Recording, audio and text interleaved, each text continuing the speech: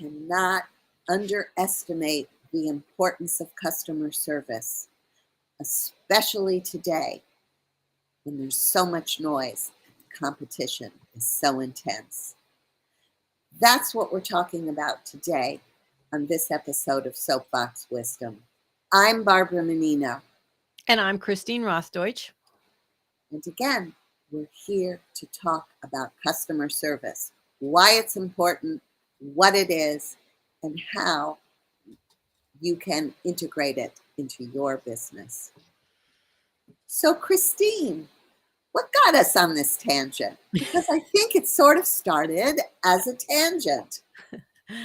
Well, yeah, and I think, Barbara, today we are talking more of local brick and mortar businesses, We are indeed. service providers, because that's what put me on my soapbox moment a few weeks ago. And Yes. I had a poor customer service experience with an appointment that I had. Locally. It was a snowy Saturday morning. I made sure I left home early to make sure I got there across town, and I was the only car in the parking lot, wondering, okay, well, maybe everybody's parked somewhere else because there were employees of the location and there should be customer cars too, right? I went up to the front door thinking, well, maybe it is open. No, it was no lights, nobody home. I was like, okay, guess I'll give them a call and see, if anybody is picking up the phone, maybe remotely or something like that. I had to leave a message. I waited a few minutes past my appointment time. Nobody showed. I was like, I guess I didn't get a message. I don't know. I was like, it's happened to me before. I didn't get a message. So I'm like, okay, go home. I'm almost home and my phone goes off. And sure enough, it's the person that was supposed to be there saying, oh, traffic was bad with the snow where they were coming from. I was like, it just surprised me that I didn't get a call until I left a message. Oh, and the best part, oh my goodness, fast forward to when I actually had my appointment then the next week. I was called earlier in the day saying, hey, I can take you earlier than your appointment time, this and that. And I'm like, okay. So I looked at my calendar. Okay, I can be there at such and such a time. I got there. I waited. They were working. Everybody's there. They're working and everything. But they didn't get to me for like 20 minutes. And the old me would have been fuming, and I'm like, oh, what do I do? What do I do? So that's what started me on this topic of customer service. Well, it definitely got me going too, because there's so many pieces. We could dissect that story and find so many pieces of what they could have done to prevent that from happening. Because as I listen to that story, I'm thinking that person on the other end of the phone who called you as you were driving home may not have even gotten your message, but just finally decided that, hey, I should give Christine a call because I'm not on time and it's a snowy morning and all those things. I mean, so as I listen to it, I think about preparedness. I think about setting expectations. Preparedness, there was a snowstorm. What could the person have done the night before? Made sure she had your number by her bedside table so she could call you first thing. She thought going out was going to be tough.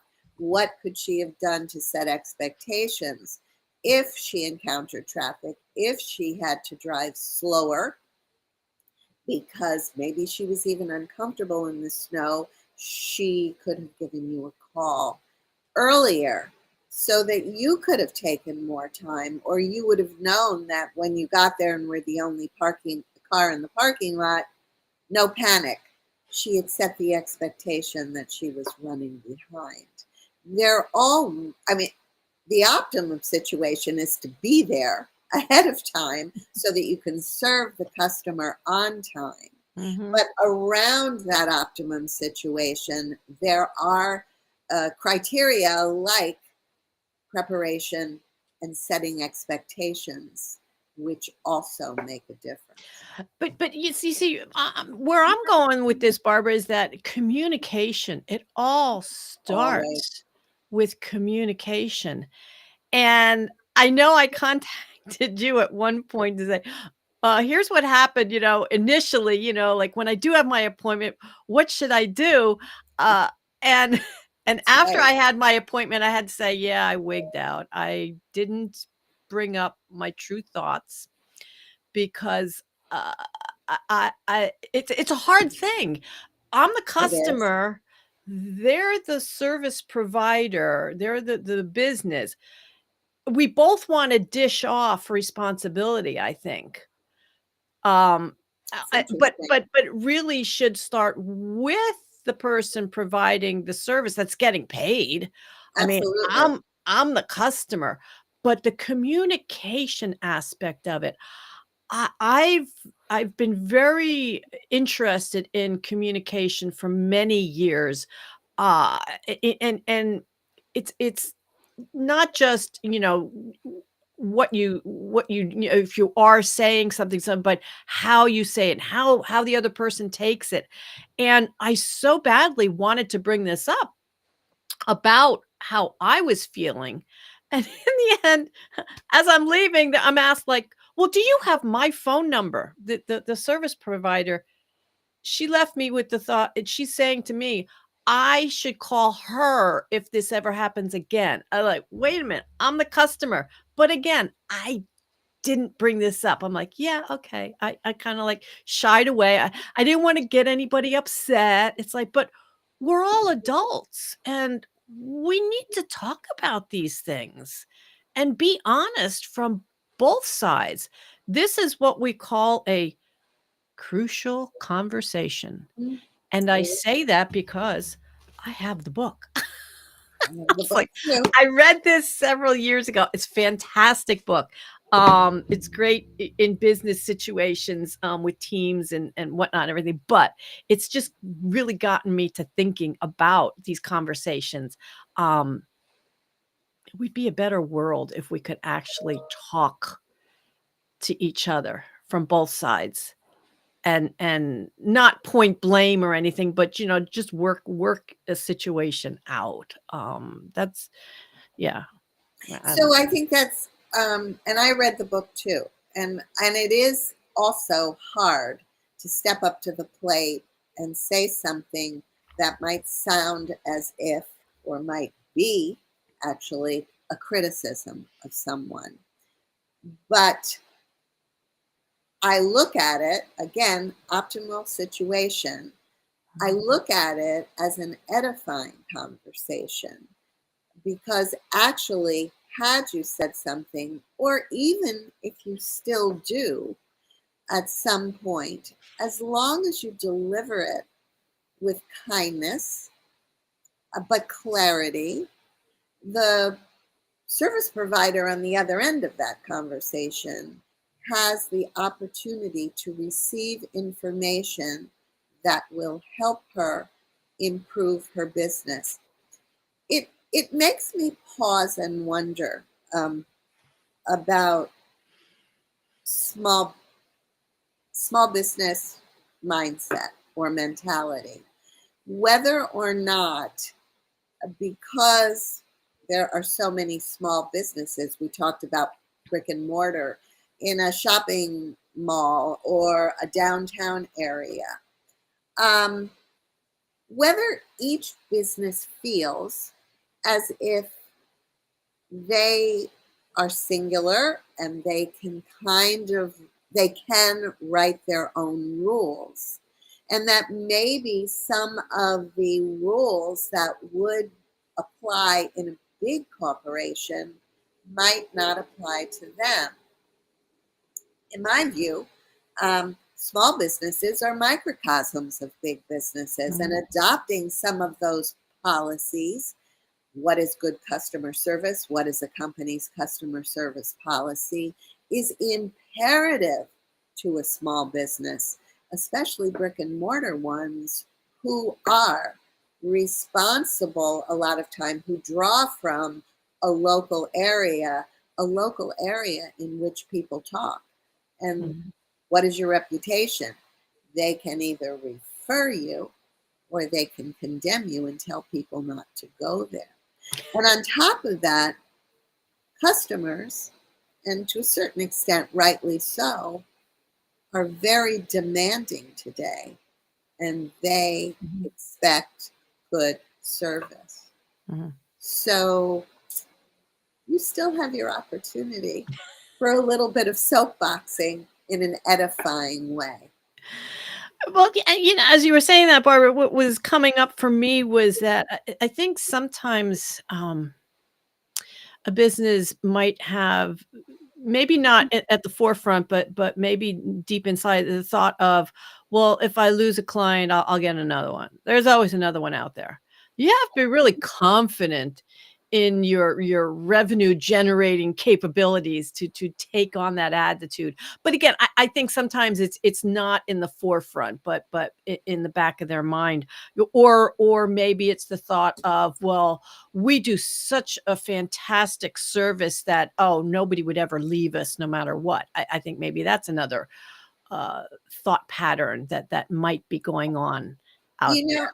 I think that's true, and I think also small businesses, and understandably so, get so can potentially get overwhelmed because when you're a small business person, you're wearing many hats. So Mhm, you're just not doing your core business, but there are tons of other things you have to do too.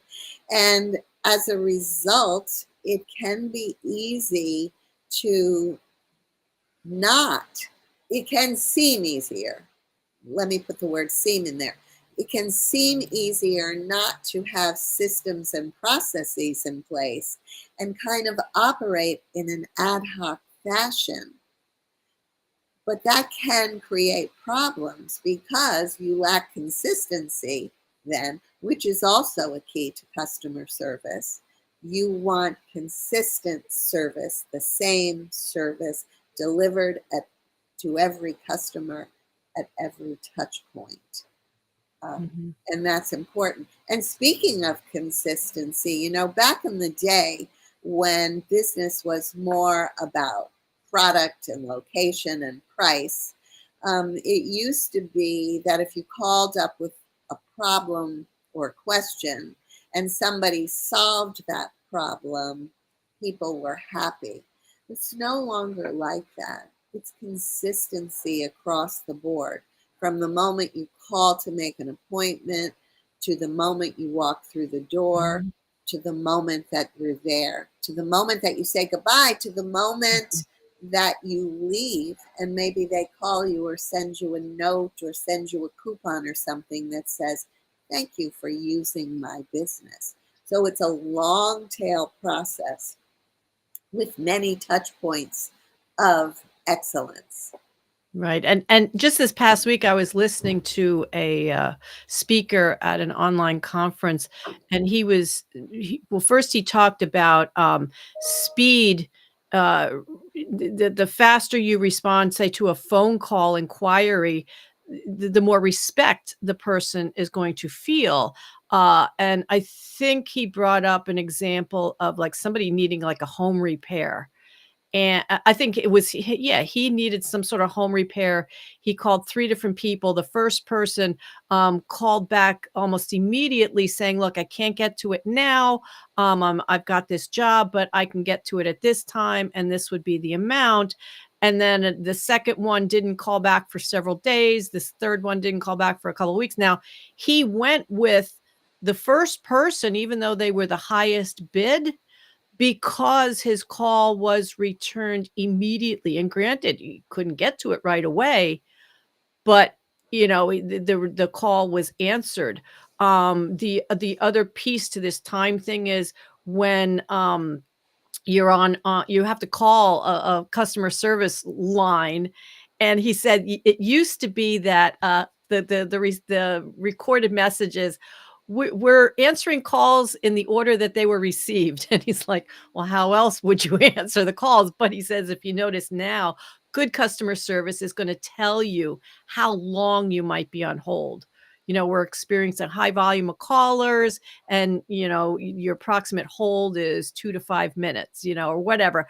But these little things mean a lot to the receiver, to the customer.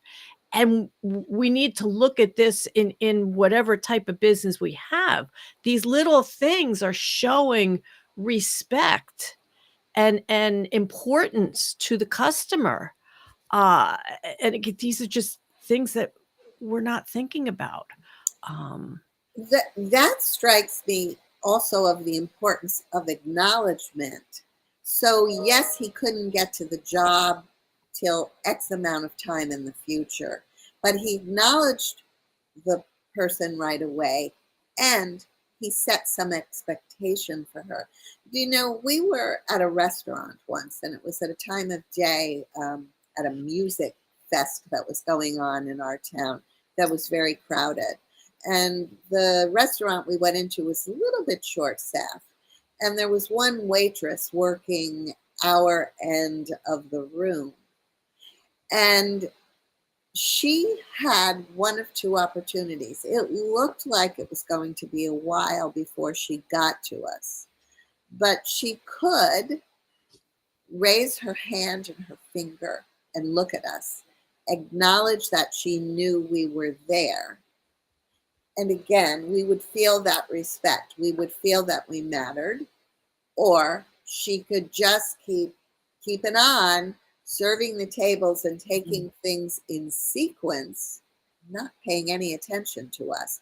And we've been, my husband and I, as I'm sure you and many other people have been, on both sides of that coin. And just recently we were at a restaurant where we watched another couple at another table not get waited on, acknowledged, given water, and they got up and left.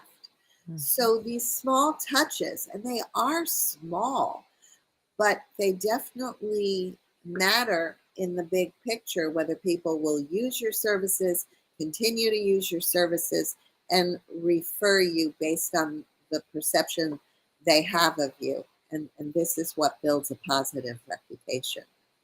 Yeah, absolutely. And I think you alluded a little bit earlier in our conversation, Barbara, about, it's two-sided, us as the customer and them as the business owner, but us as the customer, again, we should, watch what we expect, and not have these ridiculous expectations. My son struggles with this in his field of work, of working in restaurants as a bartender and other things as server. And he has told me how horrible some people can Oh, be with them. You're working as much as you can. You're trying to provide that great service, and if it's a very busy time, yeah, it might take a little longer to wait, everything. And some people just have it in them to be nasty, and that's wrong. That's wrong. it is definitely a two-way street. My Yeah. husband was recently at a doctor's office, and he had to have some x-rays, and he had to have some lab work. And the way the appointments were set up, there was considerable time between them. And the x-ray work was very quick. It was done. He was out, and he went up to the gal at the desk, and this was a big medical system in our area. He said to her, it's an hour till my lab work. I think it's possible for you to squeeze me in. And she kind of looked a little panicked at first, and she said, I'm really not sure, because of course a big system like that is based on process. She said, but go over and sit over there. See what I can do. And within 10 minutes, she looked over at him, she motioned him over, and he came over, and she said, I got you in. Go over there. And he said, thank you. And he said to her, that is really good service. You made me feel good, and you helped me have a more efficient day. And she looked at him, and she got all puffed up, and she smiled, and she said, you have made my day. So it proves the point of what you said, Christine, about there is reciprocity, and customers have a responsibility in this as well. No question, hands down. I guess that's a rule for the world, isn't it? In these rather harsh times, kindness is a two-way street, and we should all think about that when we interact with other people. Yeah, you're right. No, and I'm the same way. Since I understand what it takes to accomplish, things in business, I see the details. I know what's going on. I look behind the scenes and I understand what it's taking to get these things done and everything. And 99% of the time, I am totally understanding. I say 99 because I'm sure there's that 1% where maybe I am not seeing something. It's like, but yes, I will, thank a person, for just the other day I had to make a phone call that I was all tensed up about to straighten something out in banking. And the person that I connected with helped me very quickly, and I told her, I said, "Oh my goodness, you lowered my blood pressure for the day. I feel so much better. Thank you so much. It was so easy." It's like, I let them know, "Yes, you were great. You really helped me out." Um, and when things aren't working right, like one time, oh, they put me on hold because the computers were really slow. It's like now some people might get really aggravated, say, you should start earlier, get a new computer. I'm like, I know computers. Yeah, mine was slow too this morning, but and that's the thing. I look deeper into how things work. And I just wish more people would try to do that themselves. And if you can't, just keep it at the tip of your mind that most times people are trying to give you good service and do the right thing. But when it's not working out and you need to have that crucial conversation, learn how, read the book, learn how to approach some of these things. The conversation doesn't always work out. I've had one in the past, a couple years ago, did not work out and wound up parting ways with somebody. Um, yeah, That's okay too. I mean, I yeah, think that's an important acknowledgement for small business people, don't you think? yeah, That yeah, if you have irreconcilable differences, you can kindly part ways. Sometimes things just don't work out. There's a lot of um, human humanness involved in this. I mean, think about all the things we've said. We've talked about respect. We've talked about kindness. Um, we we've talked about understanding. Really, mhm, having the empathy to think, well, what's going on in that person's day to day, or what kind of problems are in the kitchen if it's a restaurant, or if it's a shoemaker, maybe today there are a million special orders in the back, and so they're moving a little slower. So, empathy, patience, um, these are kind of emotional intelligence things. And once again, that old union of life and business, and the way you do one thing is the way you do everything. And if you think of it that way, it doesn't make it such a humongous task, does it? mhm, It's just part of good people skills as you get up and go about your day. right. Small stuff with big impacts. Right. It would just be a much better world if we all tried a little harder. So that's our take on customer service for this episode of Soapbox Wisdom. I would love to hear what our listeners are thinking about in this area. So please like Soapbox Wisdom's episode, share it, leave a comment. We want to hear from you, and see how you view customer service. So stay tuned for the next episode of Soapbox Wisdom. Soapbox Wisdom is hosted by brand messaging and storytelling consultant Barbara Menino and business and mindset coach Christine Rothdeutsch. You can find them online at barbaramenino.com and christinerothdeutsch.com.